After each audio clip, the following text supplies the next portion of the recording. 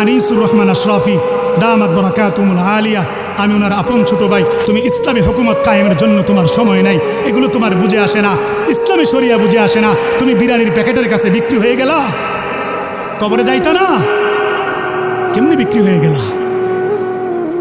আমার ভাই, অনেকে বলে ওলামায়ে কেরাম যদি রাষ্ট্র ক্ষমতার দায়িত্ব নেয়, এরা কি বুঝে?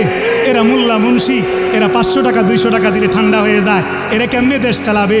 ও বেকুব, তোকে বলতে চাই যে এই কথা বলস স্পষ্ট করে কান খাড়া করে শুনে রাখ। আজ থেকে 1500 বছর আগে সাহাবায়ে কেরাম, আল্লাহ রাসূল সাল্লাল্লাহু আলাইহি সাল্লাম, খুলাফায়ে রাশেদের সমস্ত সাহাবায়ে কেরাম গোটা বিশ্ব শাসন করেছে। খলিফাতুল মুসলিমিন, আমিরুল মুমিনিন গোটা পৃথিবীর অর্ধেকের চেয়ে বেশি শাসন করেছে।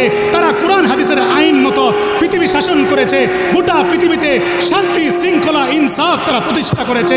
আমার কথা হচ্ছে 1500 বছর আগে কোরআন হাদিস দিয়ে যেভাবে শান্তি প্রতিষ্ঠা হয়েছে, আজকেও যদি আল্লাহর কসম করে করতে পারি, বিশ্বাস করেন আমাদের সমাজের মধ্যে যদি, আমাদের রাষ্ট্রের মধ্যে যদি কোরআনের আইন চালু হয়ে যায়, আল্লাহর কসম করে বলতে পারি একটা চোর আর চুরি করার সাহস পাবে না।